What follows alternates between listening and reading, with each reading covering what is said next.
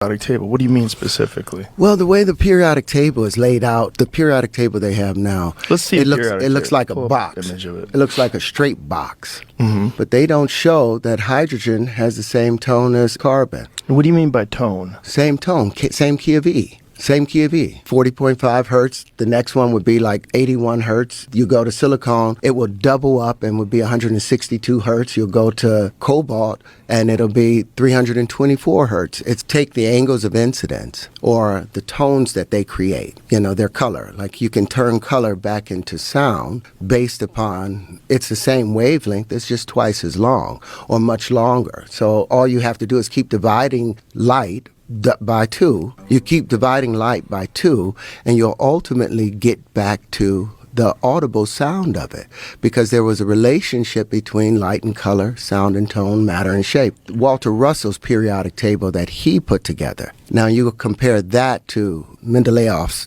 periodic table and you'll see something completely different. It's unwinding. Whoa. And you see there's a relationship that hydrogen. So you had figured this out at a young age? I had already seen this. This was all inside of that palace. I had access to it, and I knew the relationship. So you saw this in dreams? I saw it as a circle. Everything was a full circle laid out, and each area was just expanding, like wrapping a rag around your hand. The first wrap, it's so tight. This is how I saw it more so, but as a vortex. You'll see there's a relationship between hydrogen, carbon, silicon, cobalt, rhodium. They're all bonded. They're all sit as the middle point between two noble gases. So those things don't really exist. It's only one substance. Now the problem is the first thing that we're able to perceive is hydrogen.